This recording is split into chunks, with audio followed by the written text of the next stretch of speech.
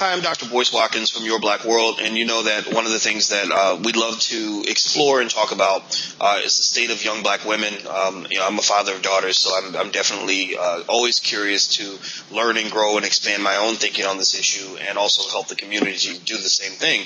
And so today, in order to really dig into that, I reached out to actually, I guess she's become an old friend now, Monique Morris. She's out on the West Coast. She is the co-founder of the National Black Women's Justice Institute. I want to make sure I say that right. She's also on the faculty of St. Mary's College. She teaches courses in leadership and policy, and is a great researcher, a brilliant woman.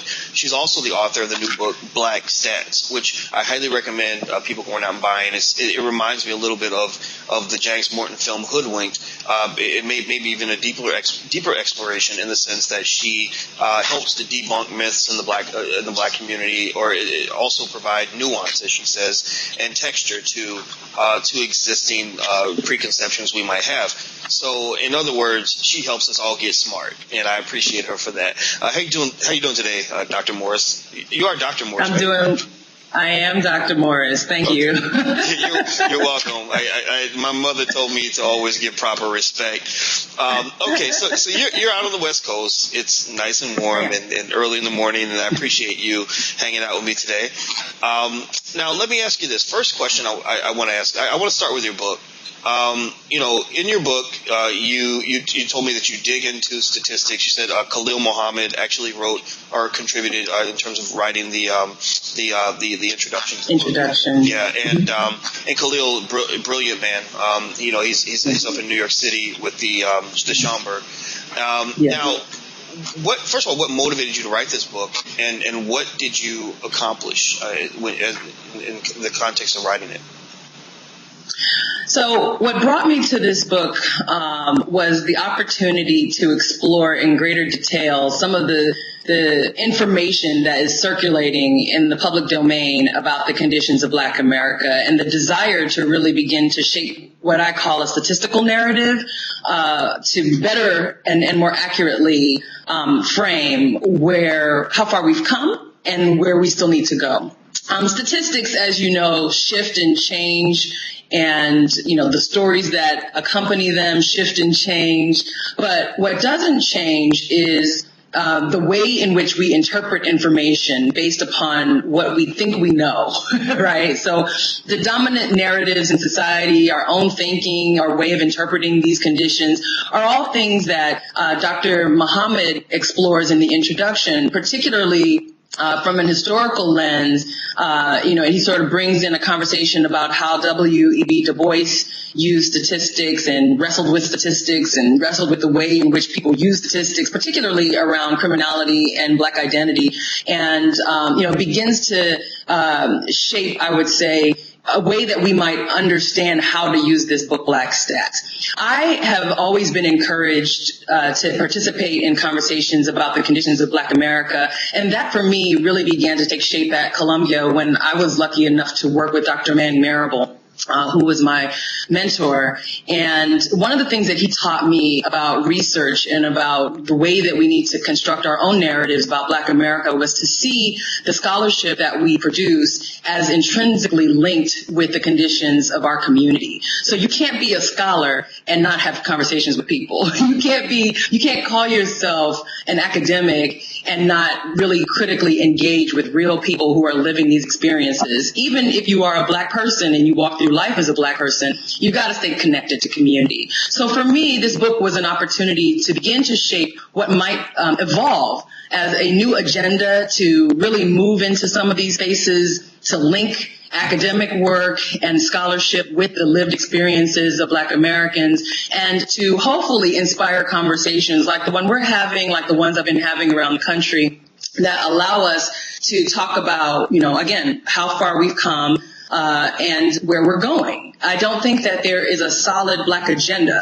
that really critically examines what our conditions are, how we might improve economically, socially, politically, that really examines multiple facets of our lived experiences. And so what I wanted to do with Black Stats was to present at least, a snapshot of what's happening in these particular areas so that we can construct new narratives, new agendas, and hopefully produce some better outcomes. Imagine that, a scholar who actually wants to talk to real people. You're swimming upstream in academia, right? I say that sarcastically and with frustration, because there are so many scholars, unfortunately, who really almost think like monks in a temple, that you're supposed to be detached from the real world because the real world may contaminate you somehow.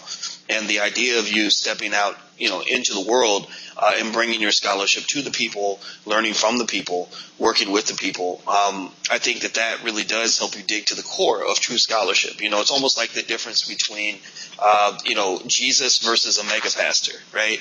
Mega pastor wants the money, wants the big church, wants you to stay in church. Jesus says, I'm going to go out in the streets, with the criminals, the prostitutes, with the poor, the rich, with whoever will listen. And I'm going to take that message, my gospel, whatever the case may be, to the people. And I think as scholars, we're the same way. We are pastors. We have a gospel. We have something that we're sharing with the world.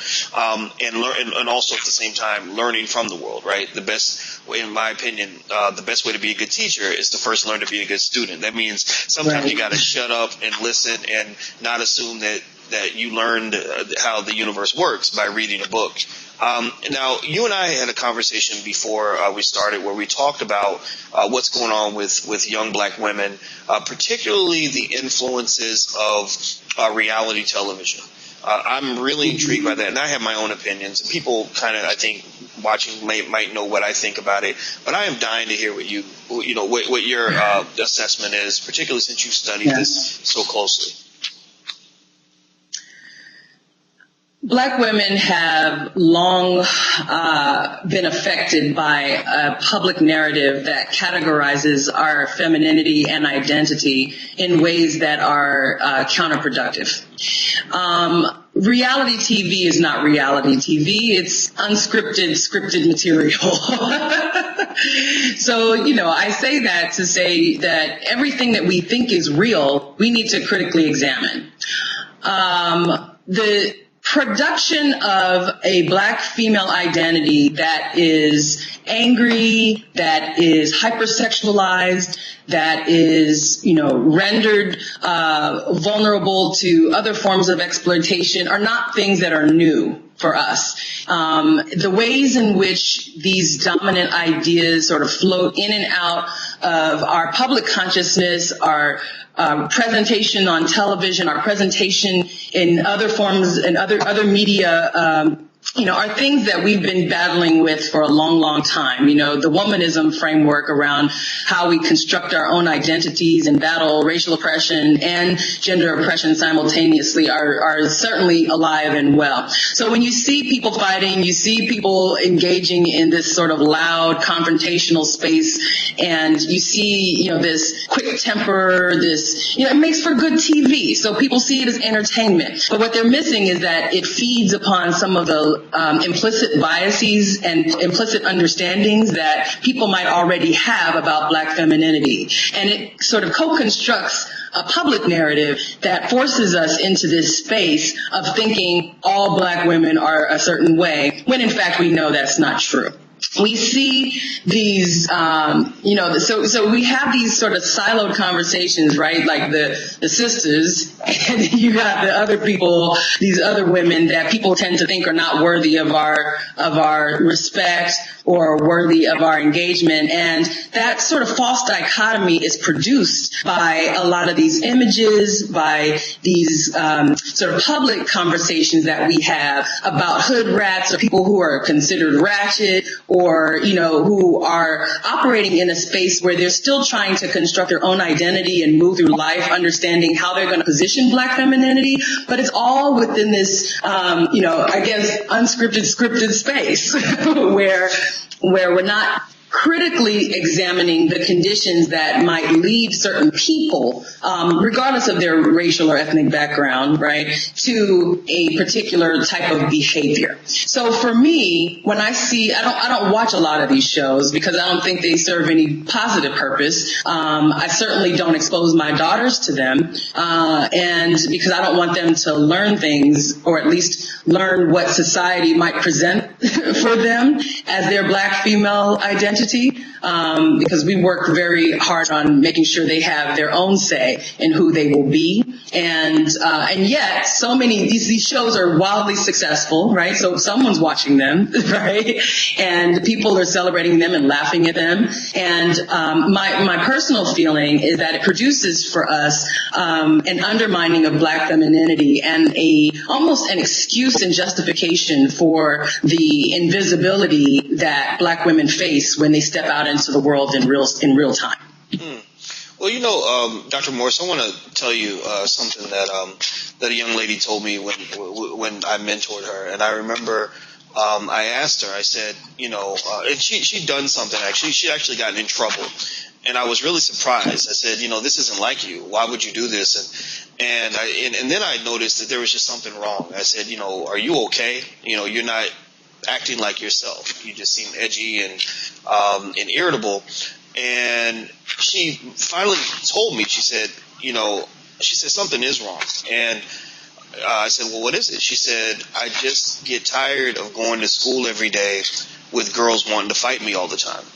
And I said, and I thought about that, and we talked about it, but I noticed, I saw her transformation through the years where I said, I have noticed that you are quicker to want to fight, that this sort of, conflict resolution really didn't seem to occur when she and her friends would get into it. It would always be like, oh, look at that bitch, blah, blah, blah, and I never understood it, and I remember, feeling so angry that this sweet, kind, loving person had been turned into this monster, like anytime anything popped off, it was always, I'm going to beat her ass, blah, blah, blah, blah.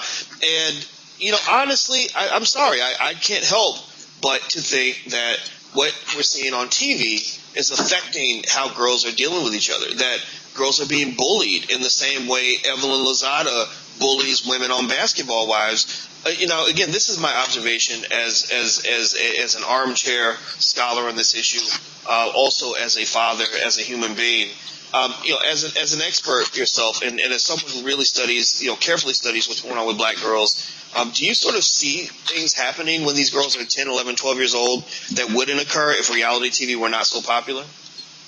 Well, I definitely don't want to blame it all on reality TV, because I think there are other conditions that also construct an environment that allows for that kind of behavior and that has supported and rewarded that kind of behavior, and that has ignored that kind of behavior and allowed it to fester, right? So the one thing I'll say is I think you touch upon two things that are important to understanding what is happening. One is this issue of anger and the ways in which Black girls are seeing themselves sort of constructed as, these hard fighters, who, are quick to, try to stand up for themselves. But what has happened is the traditional way in which Black women and Black girls have spoken out against oppression or have tried to stand up for themselves or speak out when they see something wrong has been twisted. And now, if anything feels that it is, or feels to many of them, and again, we're sort of putting forth a blanket. This is sort of a blanket that we're casting here. So obviously there are exceptions to every, dominant narrative.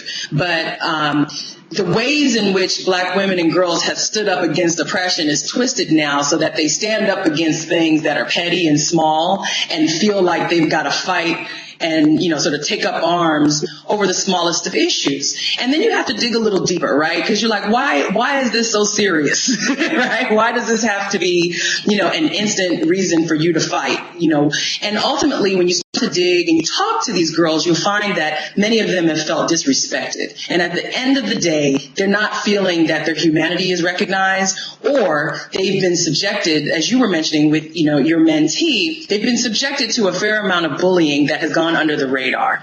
And the anger and resentment of not having their own harm recognized and addressed sort of allows this anger to build to the point where they're just quick to want to lash out on anyone who presents as a challenge to their own healthy well-being. And the way that they interpret their own healthy well-being is obviously something that's going to vary from person to person. But what I see is that we have constructed a narrative that doesn't allow us to really see and critically engage girls and include them as a critical part of our communities. And so girls know this, girls can feel this, and they too then begin to see themselves as of secondary importance. And then they want to, either act in a way that will get them some attention. And what gets them attention? Fighting, acting out, sort of being in spaces where they get attention, or they kind of move in a way that will have people looking at them, which commands a certain amount of power. And ultimately, what they're trying to do is position themselves such that they can get this power and use it to address whatever they feel like, is harming them. It's an oversimplification of a very complex issue, but at the same time, I think it isn't that complex. It's not rocket science to want to be loved. It's not rocket science to understand that children want to be respected and young people want to be respected. And they don't quite have the tools to understand how you garner that kind of respect without fighting. Largely because they're being fed images and, it's not just reality TV. They're fed these images in a lot of different spaces and in a lot of different ways. I would say American culture is rather violent. And so when they see that our response to conflict internationally, our response to conflict domestically is often to bring in violence, to bring in elements of surveillance that produce violence, that they're learning these things from the adults around them, not necessarily only from these pictures on TV. Interesting. Well, it's interesting, and it sounds like what you're saying is something I think we can all agree with, right? That most of these things don't happen in a vacuum. There are other variables kind of circulating that might lead to what we see around us. It reminds me a lot of a very closely related debate over the bastardization, the corporatization of hip hop culture and what that's done to how young people think. Right? When I say, look, maybe it's not good to have little children memorizing lyrics that pretty much say, I want to be an alcoholic, a drug addict, I want to be sexually promiscuous, I want to kill another black person, I want to waste all my money. Maybe that's not good. Maybe maybe we have a subconscious that is absorbing messages, and there is power in the tongue. Maybe marketing does work. Maybe that's why Madison Avenue spends billions of dollars getting you to buy certain products, because they know it works. Yeah. Well, music is the best form of marketing because you don't even know you're being marketed to, right? But then there are people who will come back and say, no, look, it's not the music. The music is merely a manifestation of broader systemic elements that have occurred in our society, right? You got the war on drugs. You've got, the urban violence epidemic, joblessness, the educational system, which has affected the family structure over the years, which has changed the way people think. And I think that's undeniable, right? Reality TV and the ratchetness of it all, if you want to call it that, it only succeeds primarily because there are many people who identify with the broken spirits that they're watching on the screen.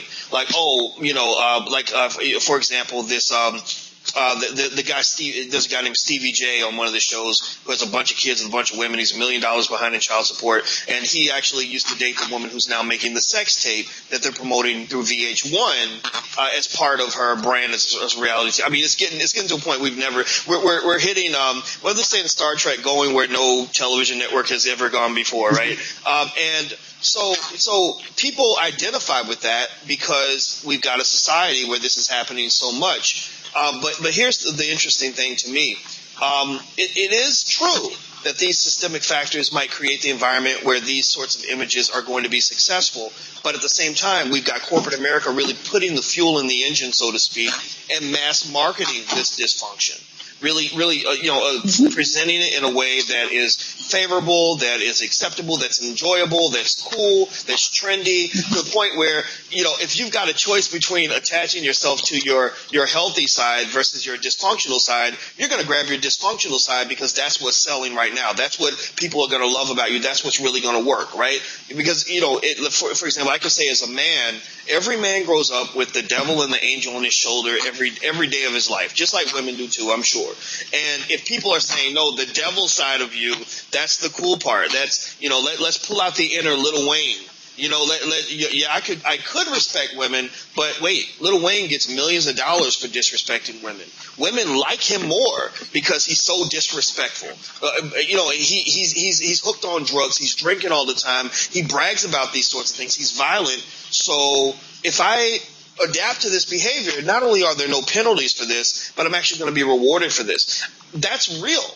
I think that's real. And it almost seems that in reality TV, that you have a very similar kind of thing. I mean, you literally have a whole generation of Kim Kardashians now on television, meaning people who are just famous just because they're famous. They don't have a talent. They're just they're just trying to protect these brands. I don't protect my brand by becoming a better musician or a better business person or a better basketball player even or a better scientist. I protect my brand by making a sex tape or just doing any outrageous thing I can do that's going to get me on the blogs and get people talking about me so I can get on the next show, right? Like what is Evelyn Lozada's talent? There is none that I can see. What is the big lady, Nene Leakes? Or I think is that her name? Yeah, Nene Leakes. What is her talent? She doesn't have one. So I just want to. So I guess that's my little rant on the issue. I know that's not even a question, but that's what I'm sort of seeing here. Yeah. So yeah. Okay. So let me ask you this.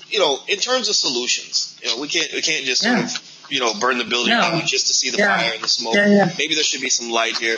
What are some solutions that we can implement on a microcosmic level that I, as a father, a viewer, as a mother or father, can implement that will help with sort of what we're kind of seeing in the community that may not always be so good for us? Well, I was talking about this actually recently, and one of the things that I do with my daughters and that I do with the young girls that I speak with on occasion out in the communities is to really begin to deconstruct this idea of internalized depression and to really begin to understand the way in which it shapes our own way that we walk through life. We have absorbed so many negative ideas about who we are as people, what our talents are, how we define our own identity, whether we're able to define our own identity, whether we're actually identifying with these characters on television, or if we are able to see what is actually happening and the ways in which these narratives are constructed for us. And I think it's just really important to have conversations with young people and older people about what's real and what's not real.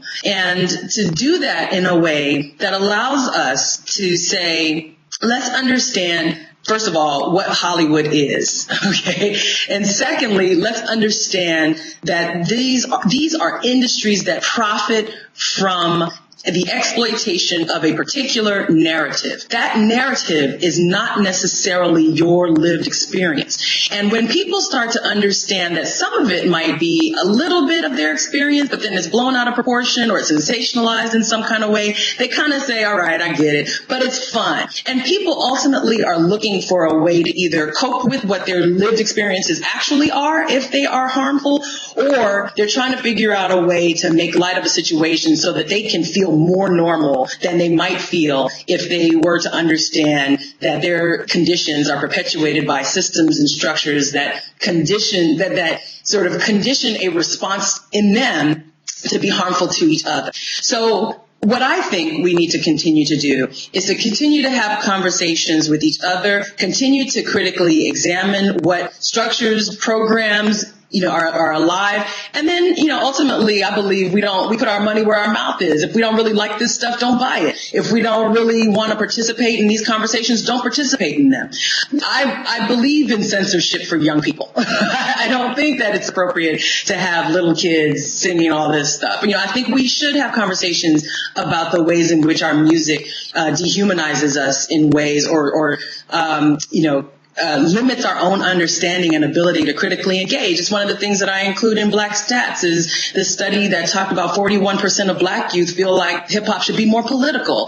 That's a solid contingent of people who feel like we need to really critically engage in conversations about the way in which hip hop has evolved if we want to call it that, or at least the way commercial hip hop has produced a narrative that is, not consistent with where the young people who are actively engaged in their communities and trying to figure out what their place is going to be, can really engage. So I think we need to have conversations about, who are the showrunners? One of the questions I get for Black Stats is what information do I wish I was able to include in this? And for me, a lot of it is about who are the key decision makers in these spaces? Who is constructing this narrative? And why are we playing along? I think it's important to understand who are these showrunners? Who's producing this reality television? What narratives are they coming into this with? What are they understanding about Black identity that they feel they need to commercialize? Why is it that we continue to exploit these narratives around a so-called Jezebel or a Sapphire, right? This sassy Black woman or this hypersexualized woman or, this domesticated woman? Like, why do we stick to these ideas of Black femininity as if they are real when we know that there's such a great diversity of how we interpret who we are as a people, as women, and what we're going to take, right, in the form of the presentation of our bodies, right? Even for men, when we talk about this, why are we playing along with these constructs of masculinity as if they are real in our communities? Why do we accept these presentations of Black masculinity as being synonymous with criminality? That's not real. There's a very small percentage of our communities that, while the reach is disproportionately greater in Black communities, Black people are overwhelmingly law-abiding, beautiful people. And I think it's important for us to say these things because we do walk through life with this narrative around, who is contributing to this sort of underdevelopment of our communities and where we need to then place our emphasis when we look for solutions. And for me, it's ultimately about community building. It's about understanding that we're sharing as men, women, boys, girls, and anyone who identifies alternatively. We're sharing spaces. We're sharing schools. We're sharing homes. We're sharing communities. And ultimately, if we understand that we want to lead with love, then we will invest in our communities to provide the proper tools and capacity building for there to be a rigorous interrogation of the laws, policies, practices, and dominant consciousness and narrative that shapes for us who we think we're going to be. Well, I love what you're saying, and I'll say that, to supplement your point on this, I will say that I think that we, despite what we change on the consumer side in terms of what we demand, what we'll tolerate, what we'll listen to, I think that some disruption has to be done on the supply side as well. Sure.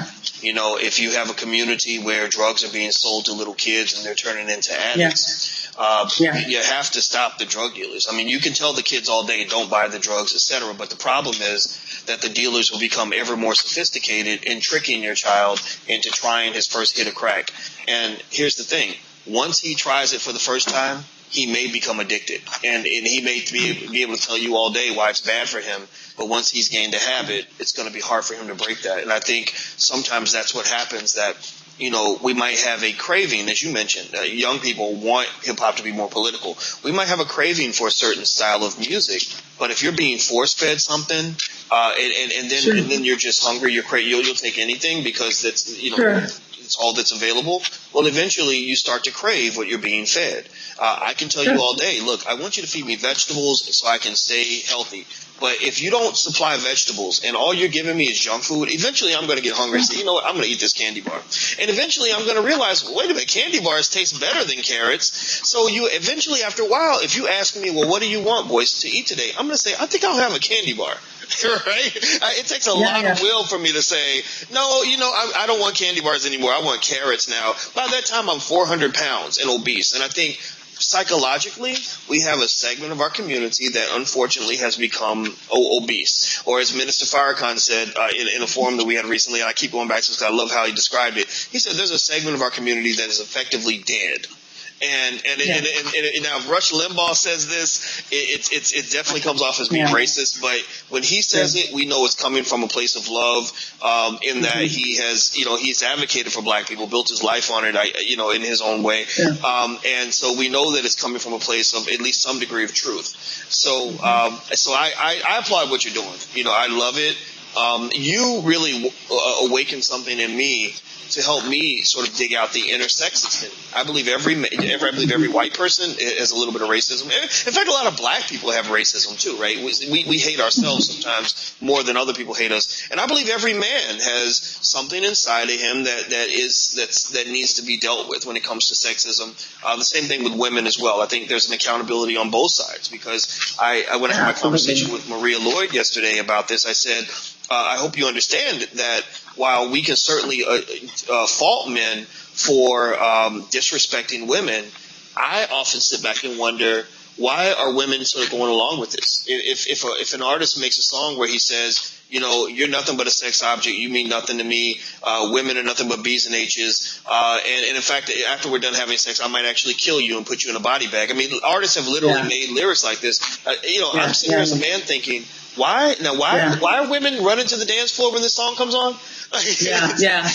Well, it's interesting. It's interesting because, I had my own evolution in that space, because we talk about oppressions as if there is a hierarchy. And one of the most beautiful things that I think was written was by Audre Lorde, when she challenged that. And she said there is no hierarchy of oppressions, that we have to understand that for many of us, particularly for black women, we're sort of force-fed this narrative that we're black first, women second. And we walk through life thinking, okay, I'm going to be black first, women second, so racial oppression is more important to me than gender oppression or sexism. And so we listen to music and we're like, okay, I I grew up in the 80s, and I'm from the Bay, so it was a Too Short space, and that music for me was, but I'm saying, that music for me, honestly, was okay, there were songs I would dance to, songs I would sing, I would rap along. I thought I was I love this song, and oh my gosh.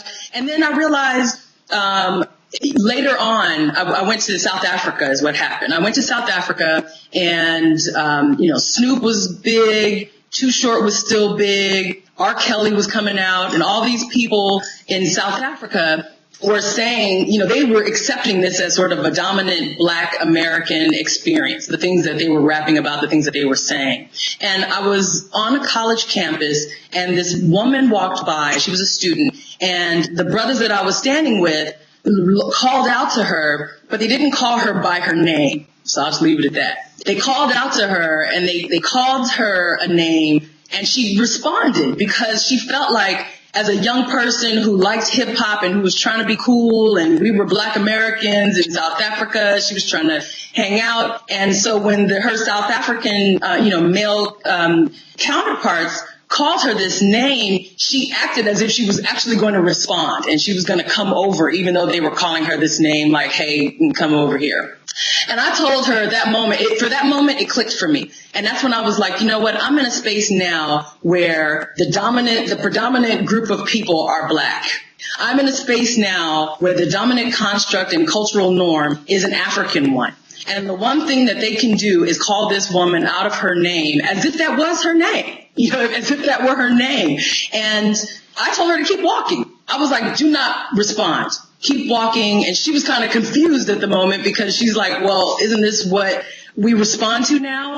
Isn't this how we move? Wow. And I had to take a look inside and say, no, this is not how we move, because at no point do I stop being a woman, at no point do I stop being black.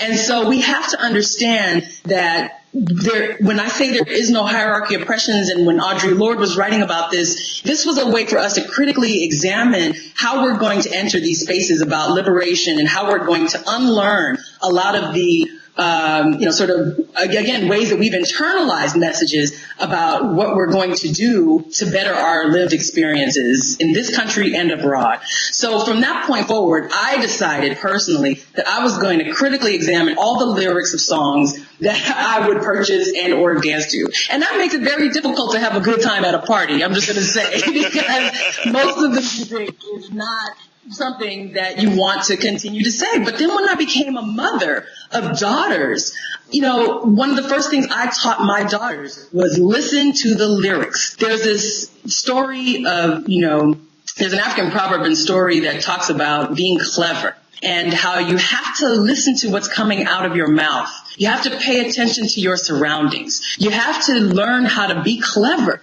And for so many boys and girls, we're not teaching our kids to be clever, to understand, to deconstruct, to think critically. And that is a survival skill that we are missing, which is why Minister Farrakhan can say something like, a segment of our community is dead, because we're not teaching them the skills to be alive. You've got to be a critical thinker. You have to be critically engaged, or it's a done deal. And for me, it's about, making sure, even if it makes it for a difficult, party, or if it makes it difficult to really be hanging out without being seen as the one who's going to talk about the lyrics, my friends know at this point, let's be clear, that word is not said around Monique. Let's be clear, like this way of engaging is not going to happen in this space. And my daughters have learned that. And they move through life, and they're moving, they're entering a space now in middle school, where it's starting to get hard, where it's starting to get hard to challenge things. But I feel at the very end of the day, if you know who you are and you are centered in that space, no one can call you outside of your name and you respond, because that's not you. That goes for men. It goes for women. I don't play that game. And so for me, it's about the decisions we make as individuals that ultimately will affect the supply side that you're talking about. Because if we shift our consciousness, then we shift what they think we will buy. We shift what they think we will consume. We shift this entire paradigm. And so I think it's time for us to engage in some transformational practices, some ways for us to engage in community conversations, but also larger systemic structural conversations that will move us past being able to say, I like that beat, so I will forgive all the things that are beating me up emotionally, mentally, spiritually, so that I can dance. That's ridiculous. Mm-hmm. I love it. I love it. You said a couple of things that sparked two thoughts from me. One was, when you talk about, being forced to be black first and a woman second. I noticed that, particularly when you talk about black leadership and how rarely women are invited to the table, which I think we lose when that happens. For example, if you have a meeting at the White House to discuss black unemployment, why wouldn't you have someone like a Julianne Malveaux there who has more expertise on economics than 99.9% of all white males on earth? I mean, you don't get a PhD from MIT by being stupid. That's exactly right. So I think it can be a negotiation, right? I think that you can still maintain that unity with your community, but you can have a negotiation the way a wife talks to a husband. Like, look, I support this family, but I expect to be an equal partner in this interaction. So I think in our community we should fight to have more women at the head of the table. I also think that there are other little strides that need to happen. I think there should be a black woman on the Supreme Court. A third of our justices throughout history have been Jewish, even though I think Jews are less than 5% of the population. But yet we still haven't had an African American woman on the Supreme Court. I think that's a tragedy. That's something that all of us need to rally around and speak on. And then one other point you made that really got me, I thought was so funny. You actually made me think about when we talk about people being spiritually dead and kids not having critical analysis skills. It made me think about an episode of the Boondocks one time where which some people love it, some people hate it. I like it. Where Huey, the conscious kid, he does an experiment where he just does what a lot of people do. He sat and he watched BET 12 hours a day. Yeah. He saw his IQ slowly dropping. And so people asked him, so what are you doing today, Huey? He said, nothing. Chilling, and you think about that, just that sort of like lack of neural activity where I don't want to engage in any sort of intellectual aerobics to understand anything. I'm just here to exist in my environment and to just sort of respond to whatever is presented to me. That's a very dangerous place to be, because if you don't know who you are and you don't know how to think for yourself, somebody's always happy to do your thinking for you and to tell you what to think, tell you who you're supposed to be, all of that stuff. And then what? You're on defense. So again, it becomes, about most of our movements, most of our spaces are about being reactionary. If you sit there all day and you're absorbing, and you're not critically engaging, right? You're not taking an offensive space. You're not moving and thinking about what your play is going to be. Then all you're doing is trying to figure out how to block and defend. And that's not how you win in any game, right? Defense can help. I mean, the former basketball player in me is coming out, right? I mean, defense can be helpful, but really you've got to have an offensive plan too. And so you've got to think about this as, a strategy to move through life. And I think so many of our, children, our adults are stuck in this space of, well, these are the conditions that I was born in, or this is all I know. And at this point, I feel like that's no excuse because we have so much at our disposal. We were talking offline, right, about how much access we have now to information, how much we can just turn on a computer or pull up something on our phone and listen to something that might inspire us. Dr. Ivan Van Sertima lectures are available online. You can pull those up. There are all types of things that we could do to unlearn what has been told to us, to be our condition.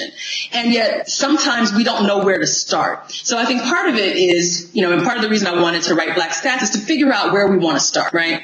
Let's anchor our conversations in some concrete things and then move on, because stats, data, they're very important. They obviously are a critical part of my life, but they're a starting place. We don't fix conditions by staring at numbers. We fix conditions by moving into spaces and building capacities to make new decisions and to put forth new ideas.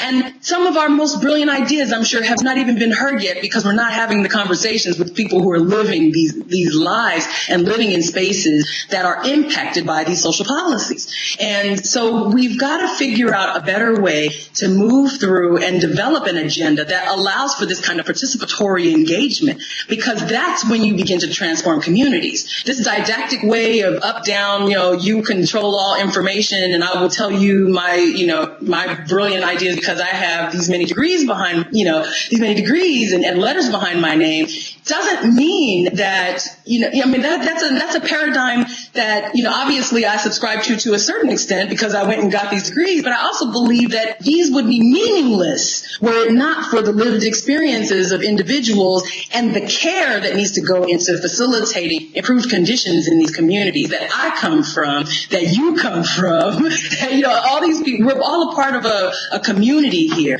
And so the more we see ourselves as a community and less as a collection of individuals living in these pockets, I think the greater potential we have to really begin to reconstruct and rebuild our sense of being and our promise in this land.